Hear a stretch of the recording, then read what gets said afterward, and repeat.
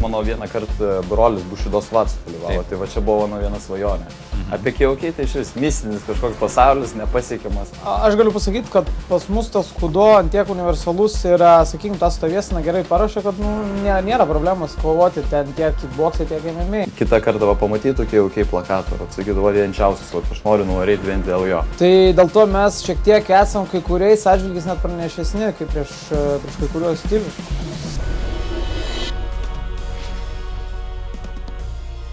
Tai gerbimi kovinių menų gerbėjai, šiandien pas mus KOK podcast'e turime kudo kovinių menų atstovus, tai yra Vilius Tarasevičius, senoji mokykla ir naujoji mokykla, Kristupas Jančiauskas.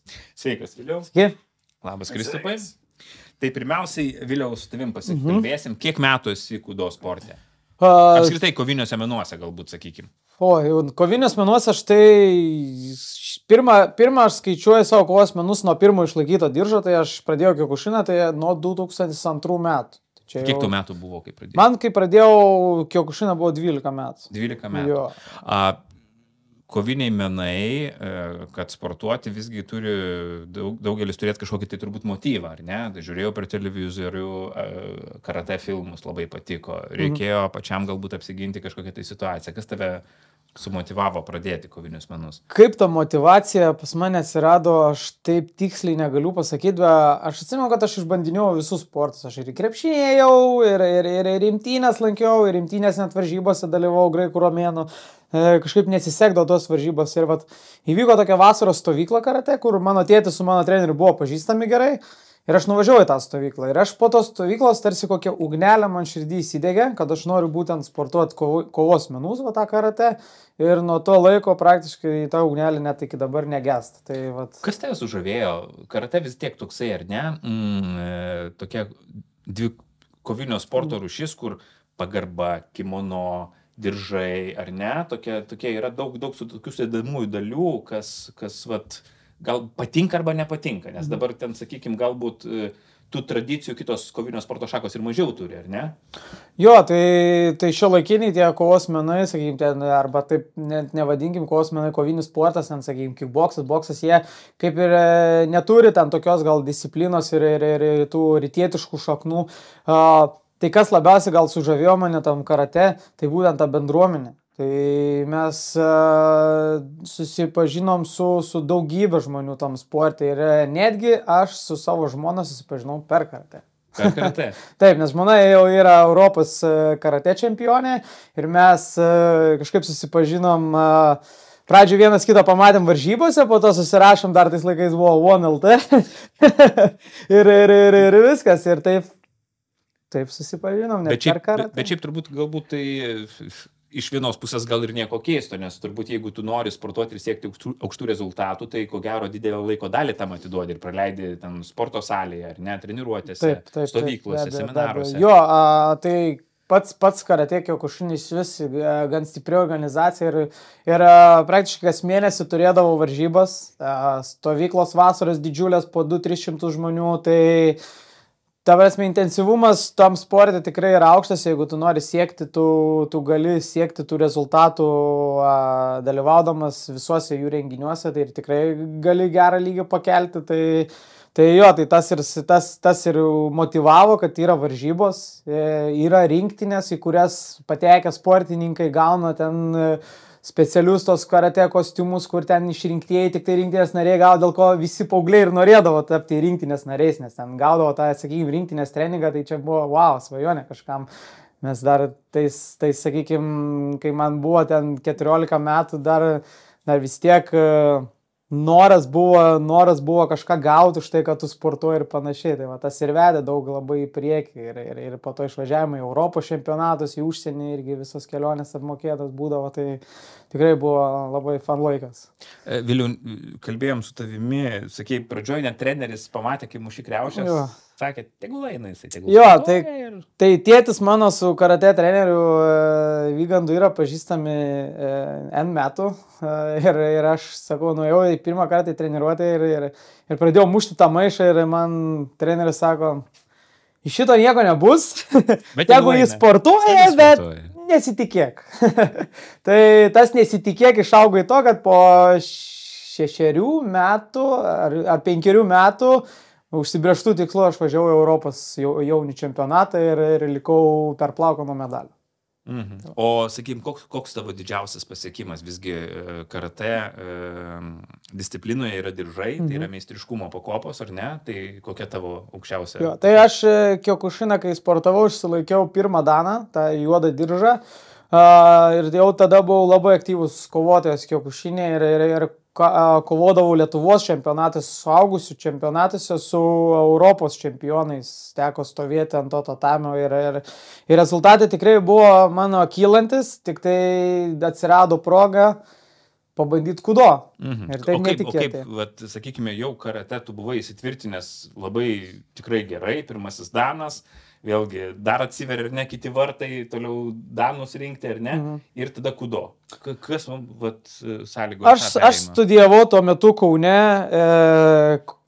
Lietuvos sporto universitete ir gyvenau Taikos prospekte. Kas kauniečiai žino, tai ten truputį nuo centro toliau yra ir kažkaip pamačiau tą kudo video reklaminį, netgi per Bušito puslapį apie kudo ir pasigūglinu ir žiūriu, kad mano sporto salė kudo yra tik tai per stadioną reikia pereiti. Tai dėl patogumo. Tai nusprendžiu nueit pabandyti, pabandžiau ir supratau, kad aš karate 12 metų, kol tada jau dar 12 metų sportavau, tai supratau, kad trūksta daug įgūdžių, norint būti gerų kovotojų, nes atrodo, tu kojas kilnoji, rankom mušt gali, o kai prasideda smūgį galvą, kai prasideda imtynės, tu supranti, kad nieko nemoki. Kad tu tą laiką akcentavai į vieną sportą, bet norint, sakykime, būti universalesnis ir kitose sportuose išbandyti, tau neužteks, tau reikia siekti būtent šiek tiek mišriau to mokytis ir imtyniauti mokytis ir boksuotis. Tai kudo buvo ta terpė, kuri viską gauni labai, taip sakyčiau, kokybiškai. Ir likai kudo? Jo, ir sudalyvau iš tikro pirmose varžybose, kamikadze vadinosi ir tiek patiko, kad buvo pasirinkimas, netgi tokia sutapo, arba aš važiuoju į Europos jaunių čempionatą Kiokušin, arba aš važiuoju į Ukrainos čempionatą kudo. Ir man buvo tokia terpė. Dilema tokia. Jo, dilema. Ir ką daryti? Ir aš pasirinkau važiuoti kudo Ukrainos taurę. Ir man tėtis skambina, sako, klausyk, sako, tu tave kviečia federacijos vos ne prezidentas Kiokušino, sako, tu ten turėtum važiuoti dalyvauti, sako, tu čia laimėjai, dar aš prieš tai laimėjau ten tokį saulės čempionatas, Šiauliuose vyko, ten kovojau su visais praktiškai dabartiniais rinktinės nariais suaugusių. Kiokušinė. Jo, ir aš jos, sakykime, įveikiau visus ir pirmą vietą to užėmiau ir man jau tas rezultatas geriau ir buvo pasirinkimas. Arba aš važiuoju Europos čempionatą ir kudo ir man vis tiek širdis patraukė labiau į kudo ir aš būtent nuvažiavau į Ukrainos čempionatą. Ir ten laimėjau. Supratau. Gerai, sugrįšime prie senosios mokyklos. Kristupai.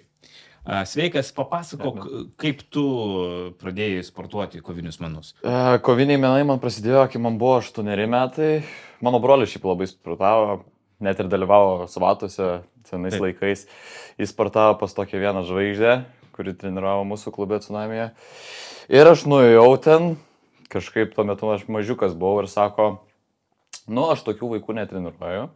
Bet va štai ateik pas mano trenerį ir atėjau pas Ilgarą Gružinską į tą visą kudo mokyklą ir nuo tos dienos man kažkaip tas visas, atrodo gan keista, individuali sporto šaka, bet tas visas komandinis ryšys tarp klubo narių mane kažkaip sutraukė ir, kaip ir minėjau, spaudos konferencijoje, kiekvieną dieną, kai ateinu, noriu tobulėti ir aš tobulėjau.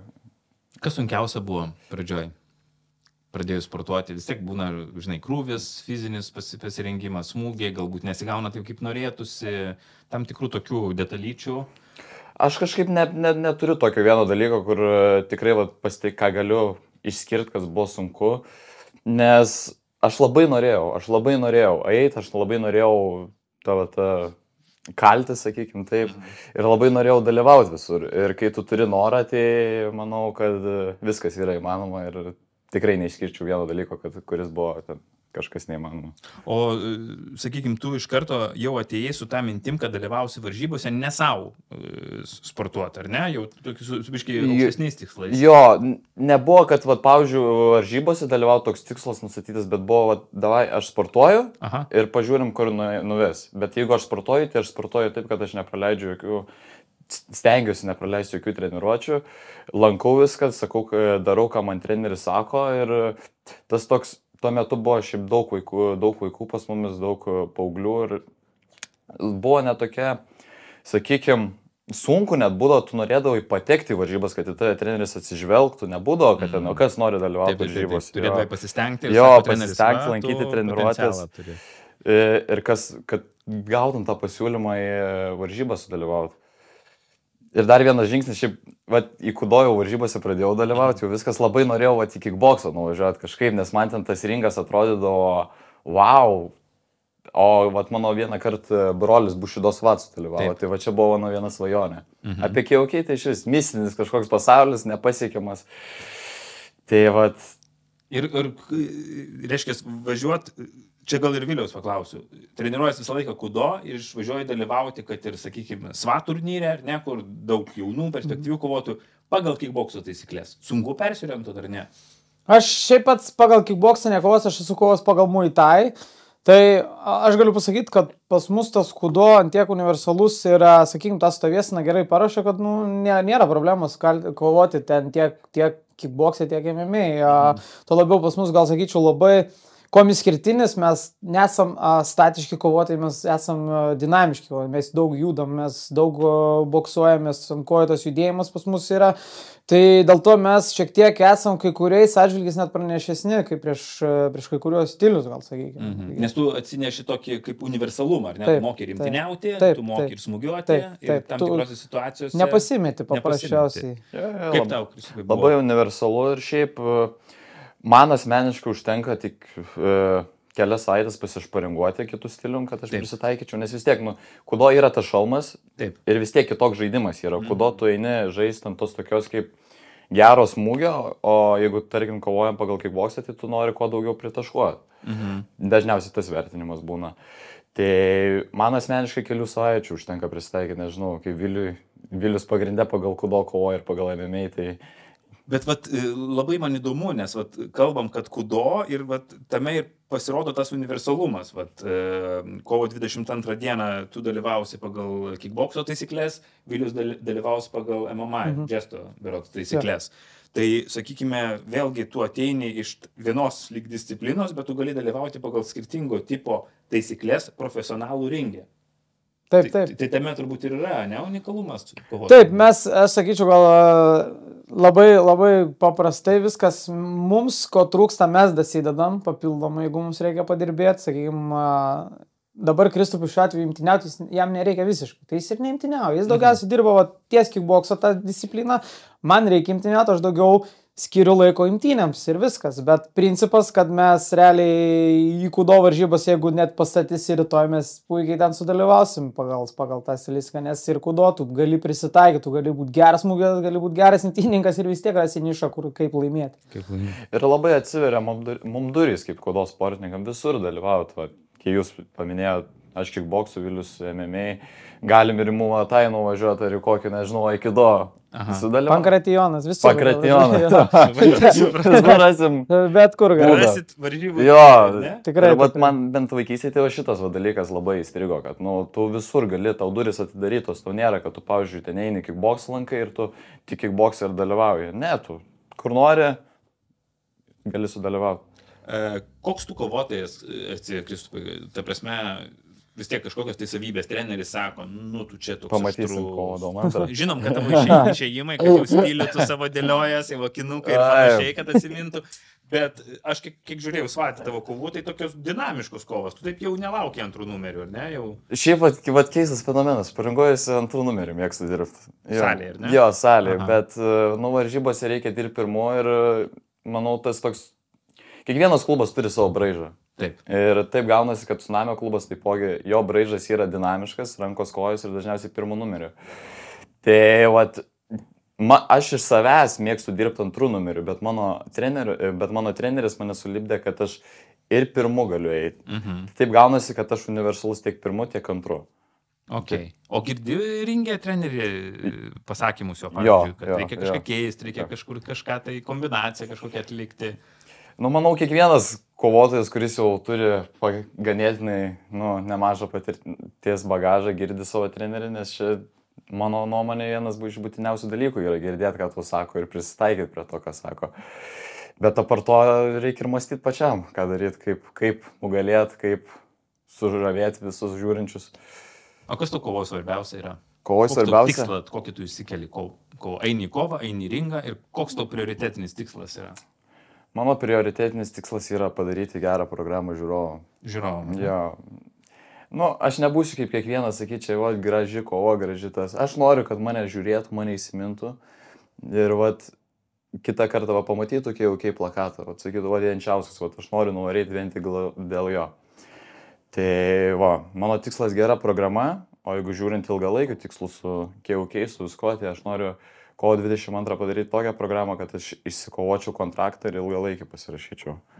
Labai gerai, labai gerai. Geras požiūris jau. Labai. Jaunatiškas dėgymas, noras eiti priekį, čia yra labai. Vėliau, koks tu esi, reiškia, kovotojas ir koks esi kaip treneris? Netgi, sakyčiau, tavo 3 asmenys, 4. Kovotojas, treneris, žmogus ir mokytojas. Geras klausimas. Koks esu kaip treneris, gali labiau atsakyti gal mano mokiniai, bet aš dabar skaitau, kad mūsų klubas pakankamai gerą rezultatą turi, tiek kudo.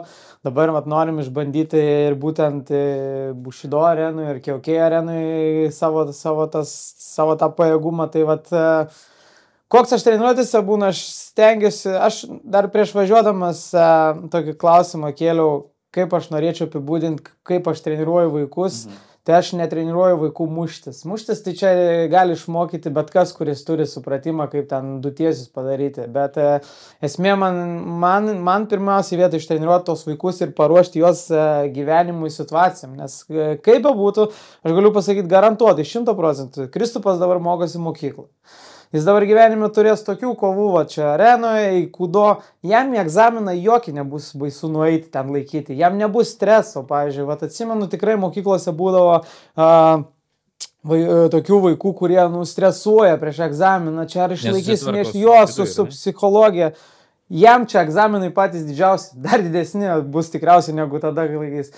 Toliau užaugs, išeis, reikės į darbo pokalbį nueiti, kažką apie save pasakyti stipraus, nebus dviejonių, nes tu būsi psichologiškai pasiruošęs. Tai aš ir vaikams skiepiu į tą, kad per kovos menus mes jūs paruošim psichologiškai būti stipriem visom situacijom. Nekalbu apie konfliktinės situacijas, bet paprasčiausias gyvenimiškas situacijas. Nueisi pas darbdavį paprašyti algos kelimo, nedrebės tau širdis, nes ką jis tau gali. Taip, nes taip, kaip bebūtų žmogaus kovojimas varžybos į ringę, tai yra aukščiausias, aš galvoju, streso lygis, kur galima pasiekti, jau nekalbu apie, aišku, mirties tą pojūtį, bet natūrali kova viens prieš kitą, tai yra pats aukščiausias streso lygis. Palauk, dar išėjimas iki ringų, muzika, žiūrovai, išgyvenimas dar dieną prieš. Spaudos konferencija, ar svoris padarytas? Man visą laiką būdavo taip, aš sužinau priešininką, man atsiunčia ten mėnesį prieš, aš pamatau, man stresas, po to susigyvenu su tą mintį ir tada jau ruošiuos normaliai. Bet medituoji? Kiek pasakytas medituoju, aš gal per pačias treniruotės į tą tranzą mes pasineriam, muždami krešą, mes esam tranzė, mes matom vieną darbą apie save, susitelkiam apie save priešininką ir viskas, tai man tokia ir meditacija. Papildomų kaip atskirai tokių, dažniausiai mėgstu pabūti vienas, kartais aš toks gal sakyčiau, mėgstantis būti vienišim kartais, tai tas pabuvimas viena irgi tokia savotiška meditacija. Tai jo taip atskirai tai ne. Sakėjai, Viliau, apie 100 žmonių sportuoja jūsų klube, kai sužinojo, kad po ilgo laiko treneris vėl keliauja į profesionalų ringą pagal tam tikras taisyklės. Kokios reakcijos buvo? Oi, labai fainos reakcijos, visi daug palaikymo, kiek dabar įdedu nuotrauką kažką susijusi su KOK organizacija, daug tų patiktukų, daug rašančių, kur bilietų gauti, tai susidomėjimas yra, manau, nebloga publika, turėčiau surinkti gal palaikymą. Žiūrėk, Viliau, kalbėjome su tavimi, dar viena tavo specialybė, sakykime, tai yra mokytas, bet ne treneris mokytas, bet mokytas mokykloje, kuris moko geografijos. Kaip čia taip įdomu? Tai aš dvi specialybės negi moku, aš fizinį ugdymą ir geografiją. Tai aš atėjau kaip fizinio ugdymo mokytojas, bet buvo situacija, kai karantinas prasidėjo, COVID, atsirado tokie kursai mokytojams, kur papildomai galima išsilaikyti diplomą, papildomas specialybės. Ir aš, tuo metu buvo per COVID negalėjo rinktis niekas gyvai, tai vyko nuotoliniu būdu. Tai per metus laiko aš nuotoliniu būdu išsilaikiau tą vadinamą diplomą, licenciją geografijos mokytojo ir realiai parėjęs dirbti kontaktiniu būdu jau iškart ir gavau ten kelias valandas. Etatą. Jo. O kodėl geografija? Nes šiaip aš ir mokyklai, kai mokinausi, egzaminą laikiau geografijos, man patiko ir apskritai geografija yra mokslas apie viską, kas man labiausiai patinka. Tu nesi vienoje disciplinai, tu mokaisi apie viską, tau reikia ir matematikos žinių, ir fizikos žinių, ir chemijos žinių, tu turi turėti ir suprasti savo pasaulį, aš manau, kiekvienam žmogui yra būtina ir dabar šiuo metu, kai keliauju, tai iš vis netgi dar įdomiau patapo keliauti po praktiškai patikrinti. Taip, nes aš dabar grįžau tik vakar iš Kipro. Mes Kiprė vykom į kalnus, tai realiai temperatūra pasikeitė nuo pajūrio iki kalnų 16 laipsnių ir aš žinau kodėl ir galiu paaiškinti kodėl ir man pačiam įdomu pamatyti. Taip, tai man žmona irgi pasako, važiuoju, čia sakau, zoniškas tas vertikalumas, čia taip ir taip viskas vyksta ir įdomu, pačiam sakau, ir tas mokslas tikrai, ir pats jau tik tobulėja, aš, pavyzdžiui, nėra taip, kad atėjo geografija, viską žinai, ne, tu mokaisi kartu su vaikais kiekvieną dieną. Aš kiekvieną dieną vis kažką atsinešu ir parsinešu atgal iš tos geografijos. Kirvis esi mokytas, ar ne? Ne. Šiaip nemėgstu labai, kai nėra disciplinos klasėje, bet nemėgstu ir būti tas, kuris trengia per stalą ir dabar jau tiesiai nagus išliniuotas gausit. Ne. Aš mėgstu būti atviras, aš mėgstu daug technologijų naudoti, ten ir skaidrės, ir kahutas tos programėlės, ir vaikams telefonu duodu surasti tas užduotis.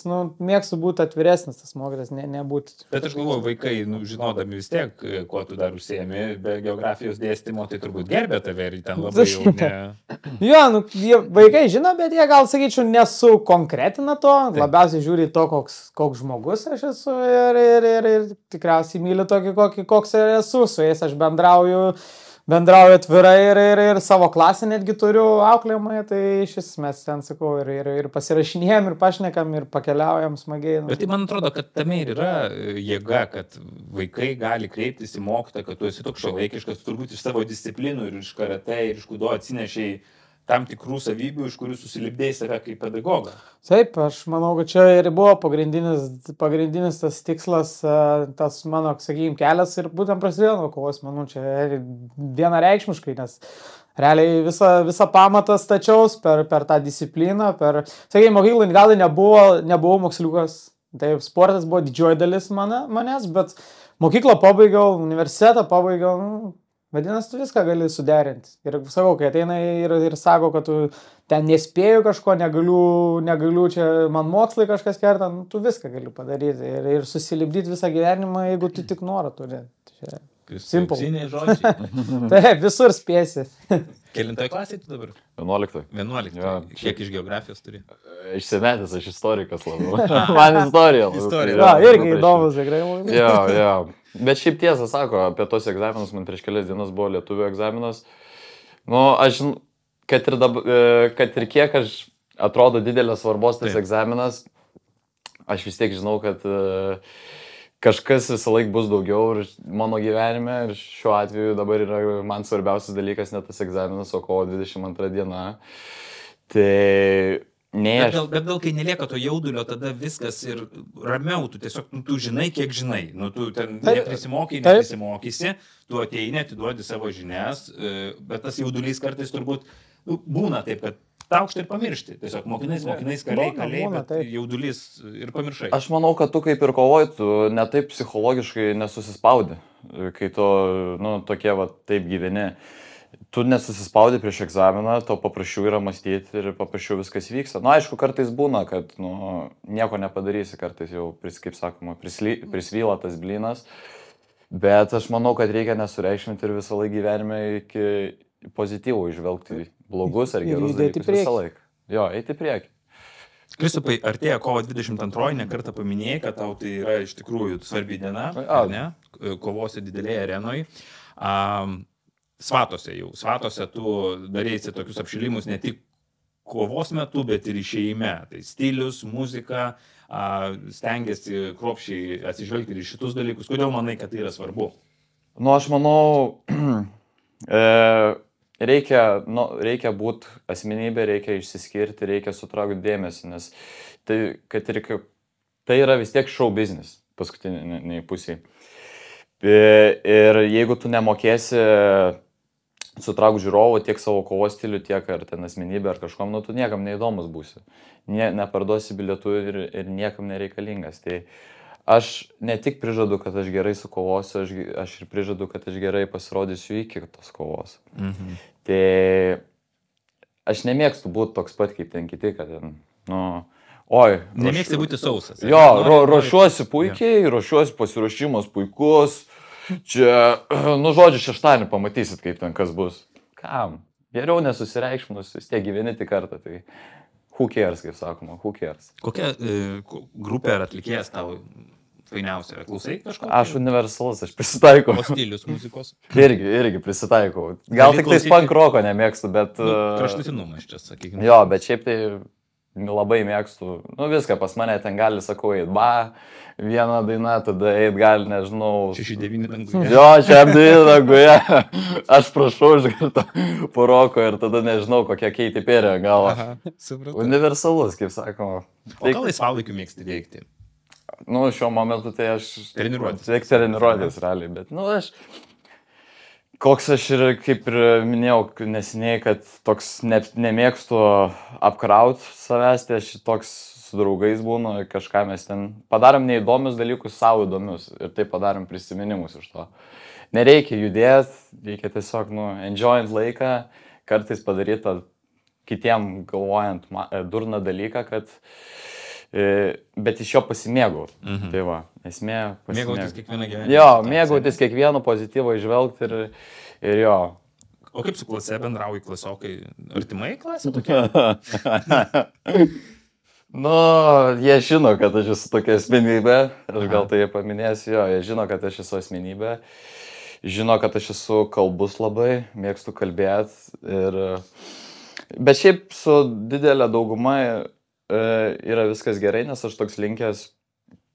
Kompanijos žmogus. Jo, aš kompanijos žmogus ir aš toks labai pozityvus, kažką išvelg gero, kad ten jau vienas sustresuoja, tai sakau, nėra čia tai baisi, čia kažkas pataisysim, bus viskas gerai.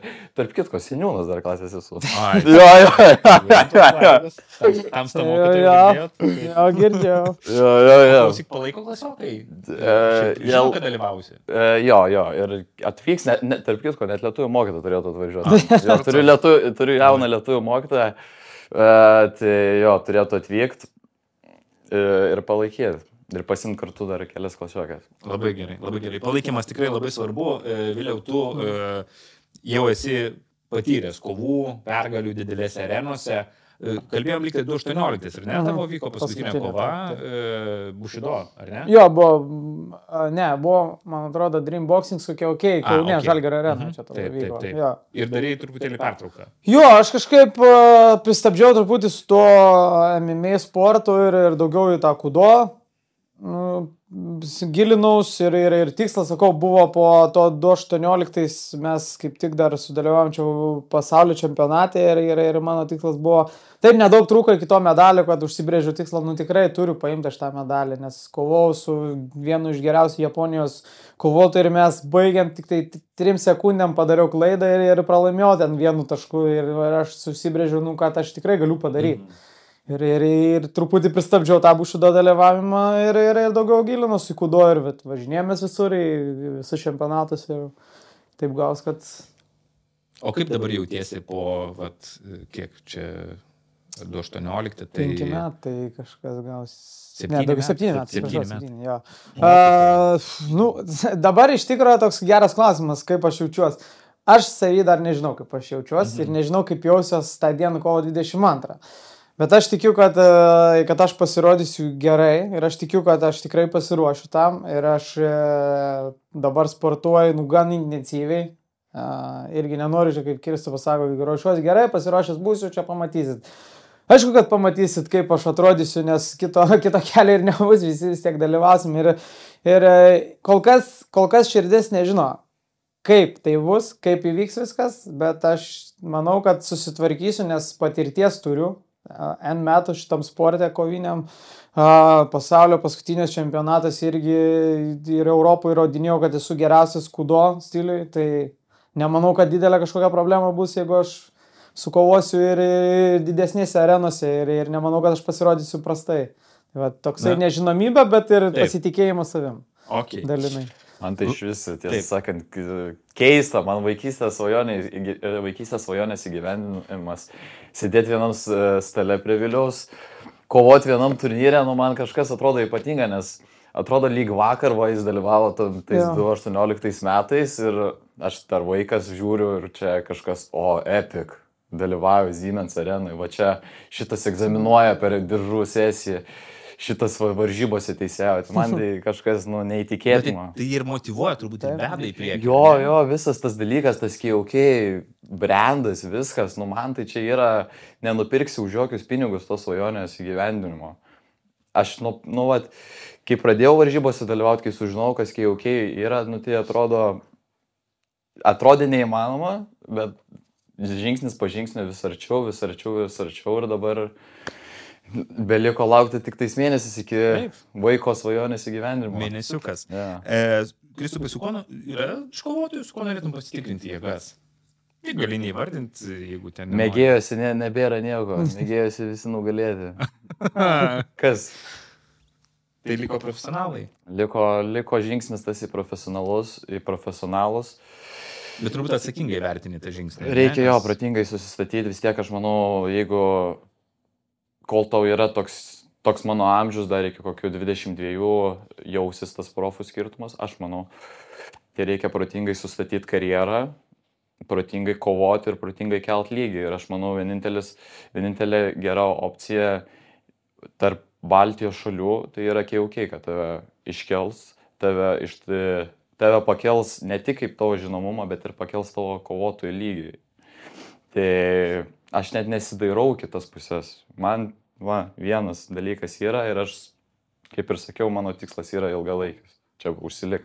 Atėjau ir užsiliksiu. Super, gerbiami žiūrovai, šiandien tikrai labai įdomiai pakalbėjom, dar man atrodo, dar galėtume vieną podcastą pasikalbėti su šitais dviem vyrukais. Šiandien Vilius Tarasevičius, kovotojas, kurį daugelis kovinių menų gerbėjai pažįsta, ir jeigu 2018 metais matėte, kaip jis kovojo Didžiojoje arenoje, būtinai atvykite ir kovo 22 dieną. Vilius per šios 7 metus prikaupė dar tam tikrų kovos menų perliukų, kuriuos tikrai atskleis ringe.